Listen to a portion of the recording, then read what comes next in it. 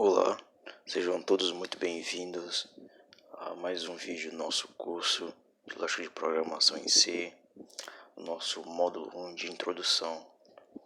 No vídeo de hoje estarei finalizando o nosso módulo 1 para que assim, posteriormente, a gente consiga entrar no nosso módulo 2, que aí sim nós vamos estar colocando realmente a mão na massa, vamos estar entendendo melhor como funcionam os algoritmos na prática. Bom, antes de explicar os tipos de linguagens, creio que seja bom a gente relembrar o que é uma linguagem, né? A linguagem nada mais é do que uma conversa entre o ser humano e a máquina.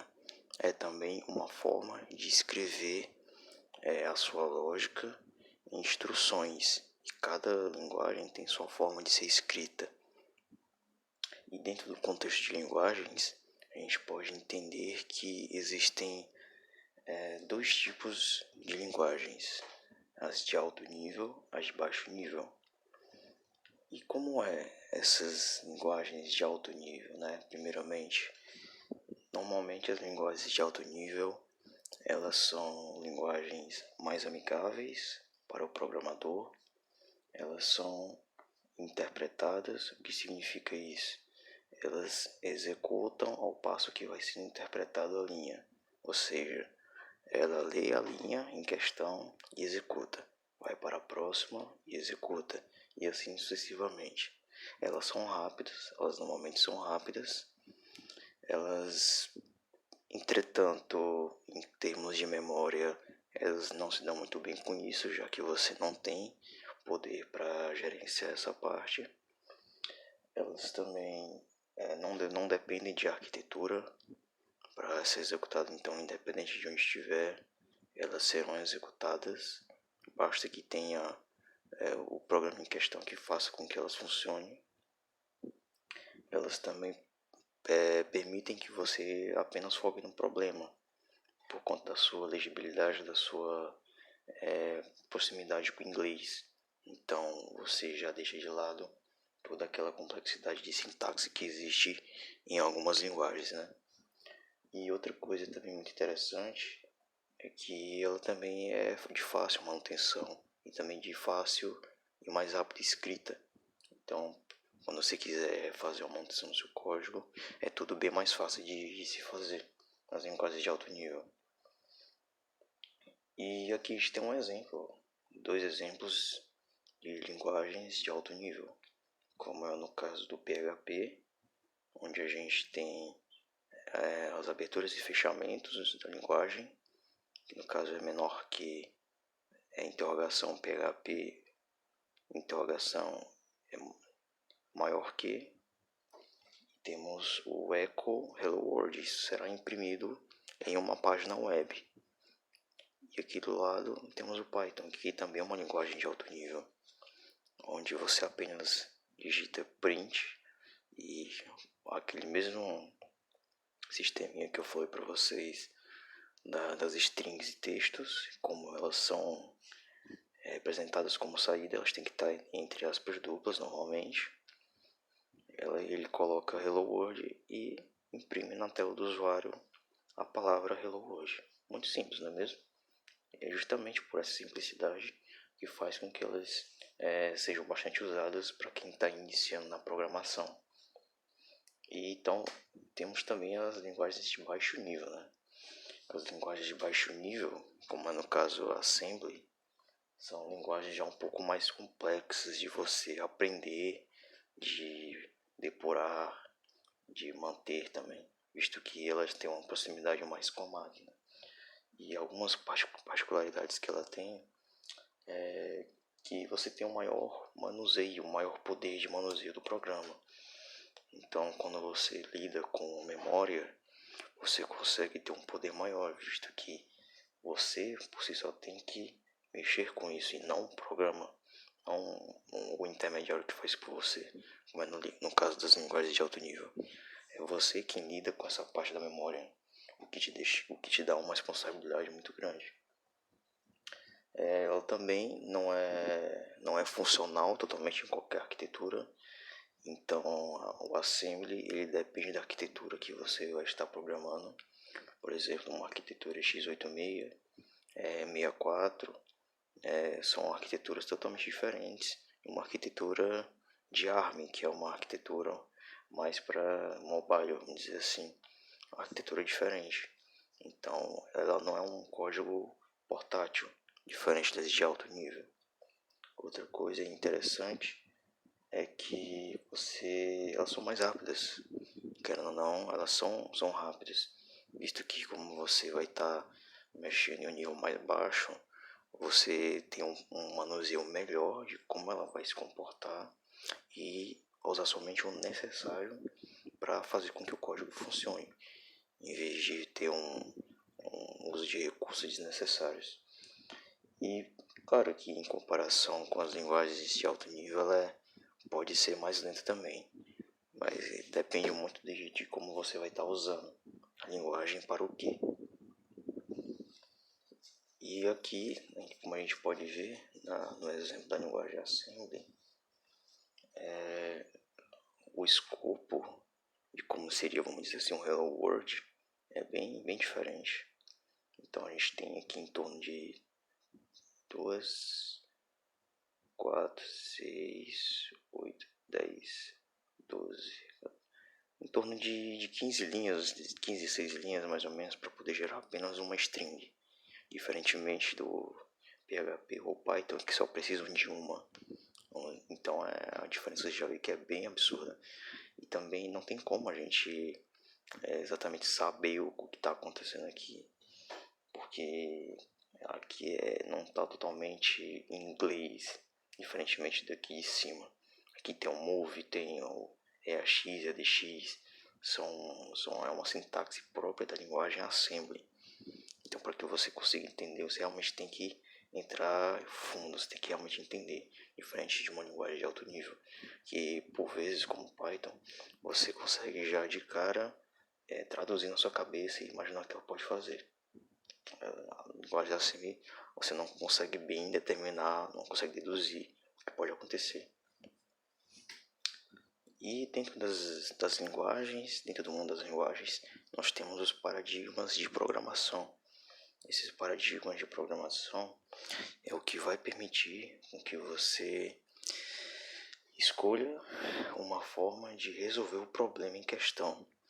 E eu listei aqui para vocês os principais paradigmas de programação que são mais usados no dia a dia, né?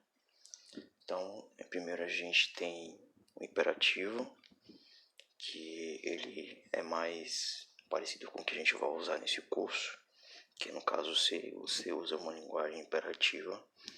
E esse tipo de linguagem, esse tipo de paradigma é um paradigma passo a passo, ou seja, ele vai executando na medida que foi escrito.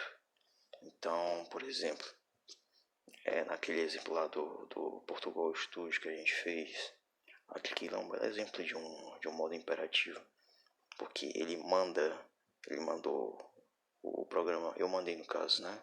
Eu mandei o programa criar variáveis, mandei exibir na tela, mandei ele armazenar a variável, fazer a operação aritmética, enfim.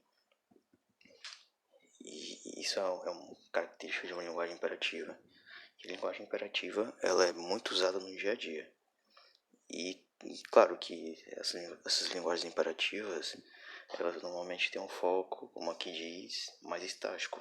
Elas normalmente são usadas para programas que não requerem mudanças tão grandes, até porque a sua manutenção ela pode se tornar um pouco mais complicada, visto que na alteração da estrutura do código pode interferir na execução dele posteriormente.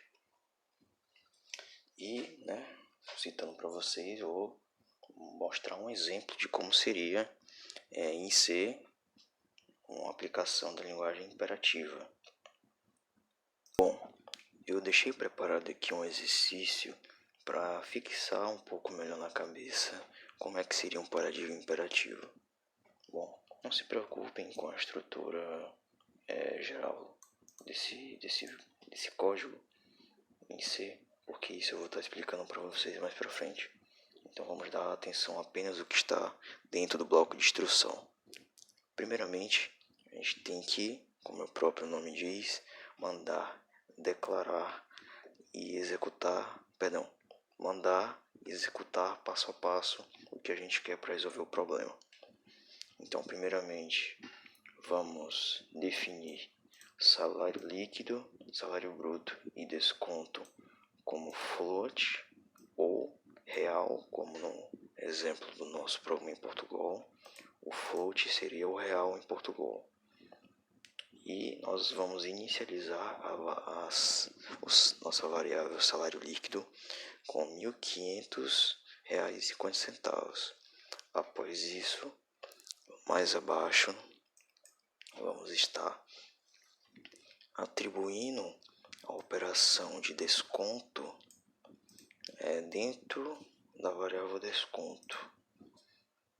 E após isso, iremos armazenar a operação de desconto com o salário líquido dentro do salário bruto, ou seja, os 1.550 do nosso salário líquido será feita uma diminuição com o desconto, com o valor do desconto que foi gerado nessa operação acima.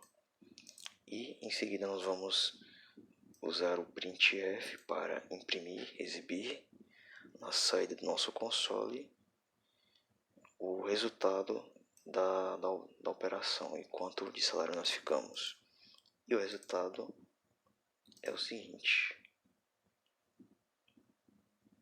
1.275,43.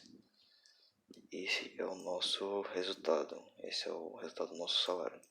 Essa seria basicamente a estrutura de um programa imperativo. Aqui então temos nosso próximo paradigma de programação, que é o declarativo. E o paradigma declarativo ele é bem interessante. Por quê? Porque o paradigma declarativo ele trabalha com o que em vez do que, como deve ser feito.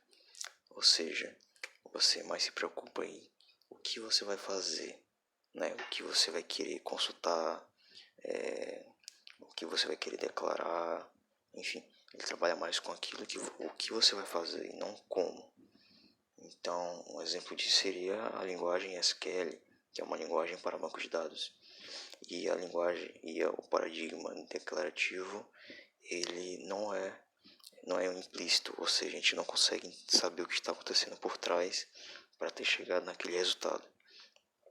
E um belo exemplo de como seria feito isso é esse exemplo aqui dessa imagem, onde estamos usando o banco de dados Macorat e em seguida estamos selecionando as colunas, nome, estado, setor, salário e cargo da tabela de funcionários, enquanto estado não for SP ou Minas Gerais, e classificado por estado. Ou seja, ele fez uma consulta dos funcionários, seu estado, setor, salário e o cargo, não incluindo SP e nem Minas Gerais, com uma ordem feita por estados. Essa é uma linguagem bem simples, ela tem um nível de legibilidade maior do que os outros paradigmas, como a gente pode ver. É bem simples, se você souber inglês, facilmente você consegue interpretar isso. E nosso próximo paradigma é a funcional. O que é a funcional? A funcional, ela se preocupa, ela trata a programação mais com olhar de funções matemáticas, ou seja, ela faz com que o que você faria, por exemplo, em uma programação imperativa, você faça usando apenas funções. E como aqui diz, essas funções elas não podem, elas não dependem e nunca terão nenhum dado externo. Isso não faz parte desse tipo de paradigma. E elas têm que ser puras. Significa que elas não, nenhum dado externo a elas será alterado. E também nenhum dado que ela tiver interno pode ter sofrido influência de alguma outra operação externa. E ela tem que ser pura, ela trabalha com os dados puros e imutáveis. E um belo exemplo disso é a gente aplicar isso em Python. E outra coisa muito interessante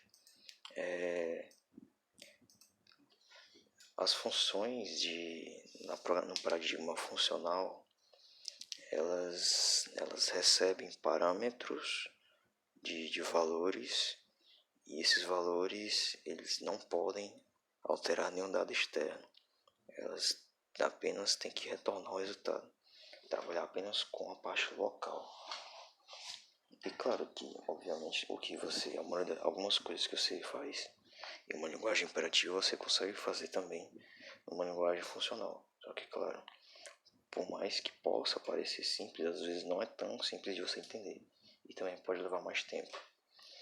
Aqui em cima nós temos um exemplo que eu vou marcar aqui para vocês, que é um exemplo da imperativa. Essa é uma declaração imperativa. A gente vai definir duas variáveis com dois valores diferentes. Vamos criar uma função, isso em Python, tá? Vamos criar uma função soma, e dentro dessa função iremos retornar a soma dessas duas variáveis para quando nós formos chamar essa função, que no caso a gente está usando um print. Estamos colocando um print para exibir na saída o retorno da operação dessas duas variáveis, que é 30. E mais abaixo nós temos a funcional, que como podemos ver, ela não utiliza variáveis externas, ela tem que trabalhar apenas com as suas operações internas, suas variáveis internas. Ela pode até trabalhar com variáveis externas, porém elas têm que ser constantes, elas não podem sofrer alteração. E aqui temos um exemplo, que o retorno da função será justamente as entradas que ele recebe e a operação de soma. E aqui embaixo nós fazemos a exibição da função com parâmetros de 2 e 3, onde será feita a soma e o resultado será exibido na saída, que é 5. Ou seja, obtivemos o mesmo resultado e de uma forma até mais limpa, né? Com apenas usando a programação funcional. A gente consegue perceber a diferença de linhas nas duas. Claro que existem outras formas de a gente exemplificar, mas de uma forma mais simples, essa seria a estrutura de uma programação em um paradigma funcional. A orientação a objeto é um pouco mais complicado de se explicar, porque ela é muito extensa e muito ampla. Mas de resumo, de uma forma mais simples, o objetivo dela é trazer o que está no mundo exterior para o mundo interior, né, que no caso é a programação. Então ela lida com as técnicas de modularidade, poliformismo e encapsulamento. Ela traz uma facilidade de manutenção e flexibilidade, e a pretensão dela é ser um código mais simples de se lidar. E um exemplo é a linguagem Java que usa isso, né? E um exemplo bem simples que eu encontrei para estar representando a orientação a objeto é justamente esse, onde nós temos o objeto, que é o Thiago, Marcos e Vitor, são pessoas, estamos trazendo pessoas para o mundo da programação. Temos a classe, que seria a composição a qual eles pertencem, e aqui nós temos em teoria, né, de forma mais simplificada, seria a composição que eles pertencem, a estrutura que eles pertencem, e nós temos os atributos, como nome, CPF, RG, nascimento, telefone, endereço. E os métodos são as partes que vão ajudar a gente a estar preenchendo e construindo a orientação a objeto, fazendo ter um fluxo de dados. No caso temos o cadastrar, confirmar, validar e alterar.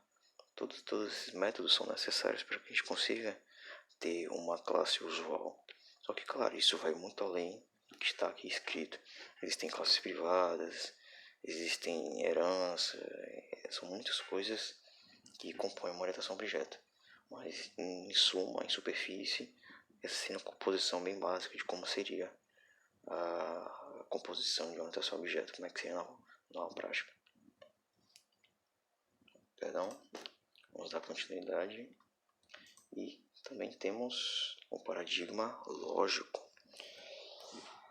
O paradigma de programação lógico, ele trabalha mais com a parte lógica da mente, a parte lógica matemática, lida com questões mais, vamos dizer assim, booleanas, né?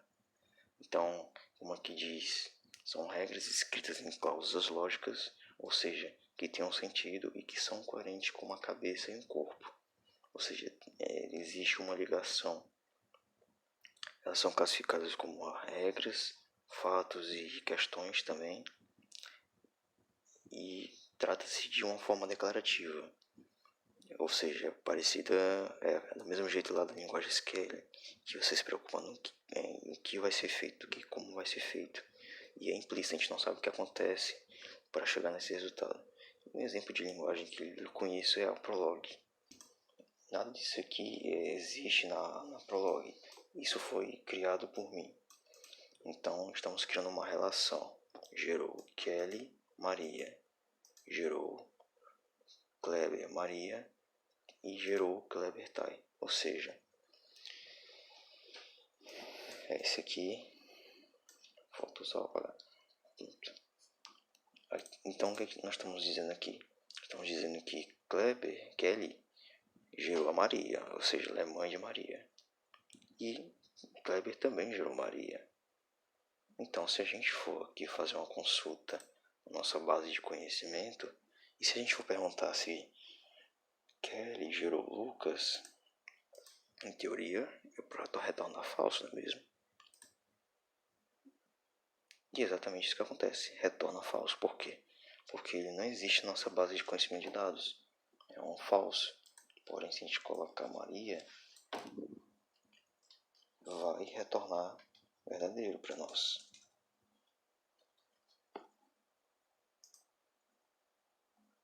Exatamente isso, retornou verdadeiro para nós. Em teoria, essa é um exemplo bem simples de como seria o paradigma lógico, que trabalha com a lógica e a matemática. Claro que existem coisas muito mais complexas por dentro da Prolog, da lógica matemática, dentro do paradigma lógico, mas de forma superficial. Nesse paradigma é muito interessante porque ele trabalha com disparamento de eventos de acordo com o comportamento do usuário. Então existe um monitorador de eventos e os eventos vão sendo disparados de acordo com que há uma interação gráfica com aquilo. E uma linguagem que é capaz de fazer isso é a JavaScript, né? Um exemplo que nós podemos ter é com essa imagem, onde um usuário clica, ele interage com o botão, gera um evento e por trás desse código, desse evento, existe um código que vai gerar um evento. Ou seja, ele clica e quando ele clica tem um código por trás que vai gerar esse evento, que vai modificar a aparência ou alguma coisa no site.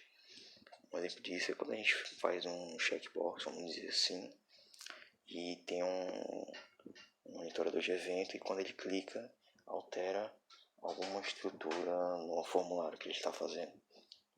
Esse é um exemplo de um paradigma orientado a eventos. Trabalha com disparamento de eventos, com monitoramento e comportamento de acordo com os eventos que vão acontecendo. E, para finalizar, por que eu escolhi C para ensinar lógica a vocês? Bom, eu andei passando algum tempo analisando opiniões de diversos professores, andei vendo alguns conteúdos, alguns materiais e acabei tirando uma conclusão própria de que o C ele te dá essa responsabilidade muito grande de saber o que você está fazendo e o que tem que fazer. Você, além de ter que pensar no presente, na hora que você estiver criando um código, você tem que pensar no futuro. Cada passo tem que ser um passo pensado, porque um passo em falso pode gerar um grande problema no seu programa futuramente. Então ele te dá essa responsabilidade, como aqui em cima, de saber gerenciar, por exemplo, uma memória. Você tem que saber definir as instruções corretamente, saber designar variáveis certas para os momentos certos, saber inicializar variáveis da forma certa e saber descartá-las também. E você também está um poder computacional muito grande sobre a máquina, porque alguns até consideram como médio nível, que fica entre o alto e baixo nível. Além do poder computacional alto que ele te dá, ele faz com que você pense de uma forma mais limpa e eficaz, visando sempre o desempenho. E é uma linguagem também que pode se tornar muito rápida e fluida.